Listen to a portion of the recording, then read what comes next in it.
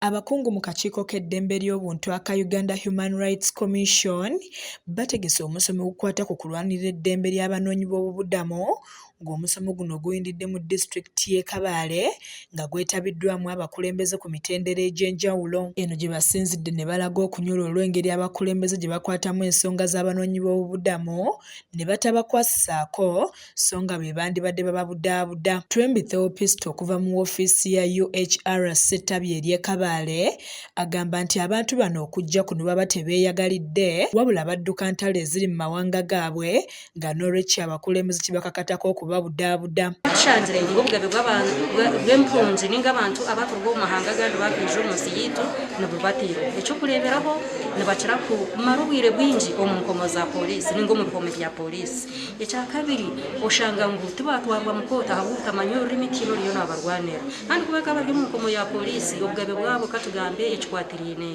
n'obwetagi bw'ebyokulya obwetagi bw'okutunga obujanjabi obwo bwona nibubatiira. Ayogedde ku musomo guno ng'agamba nti gugendereddwamu okutema empenda mwe bannaayita okufuna engeri gye bayinza okuyambamu abanoonyi b'obubudamu basobole okweyagalira mu bulamu n'okwerabira ennaku eyo abaddusa okuva ewaabwe. Nka Uganda Human Rights Commission countrywide twasharaho okutandika kushomesa different stakeholders aba gavumenti n'abatali ba gavumenti katugambe nka poliisi abakora ha myatano yensi zitali zimwe na zimwe twatandika kubashomesa obugabe obukwatiriine n'abantu abutwakubaasa kweta abafuuki ninga migrants omu rujungu.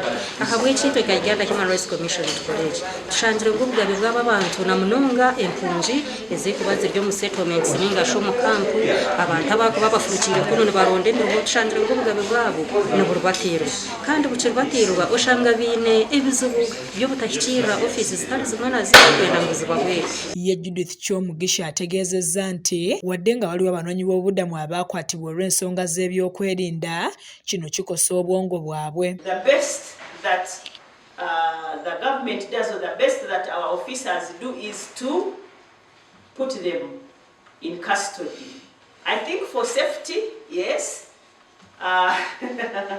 I don't know whether it is specifically for safety and for security reasons, I would imagine, but that is not the best tool because they are actually coming to be helped. They are fleeing maybe a war or a condition, and therefore we should have better management tool. We need to explore where they are arrested from, why, how, and how we can give them support. Sotaka Byogamu okuva mu kitongole kya Immigration Officer alaze okunyola olw'abanoonyi b'obubudamu naddala abakozesa ensalo ya Kyanika okugenda e Rwanda ng'agamba nti bano babafunamu obuzibu nga bwannyonnyola.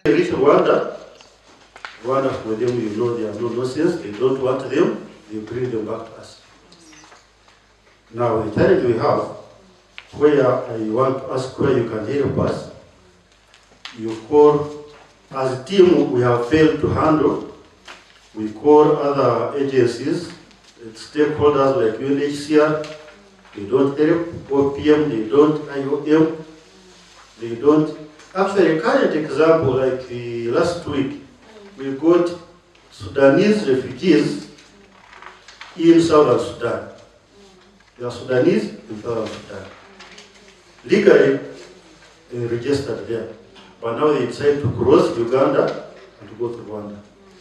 When you call OPM, they say that's not our mandate.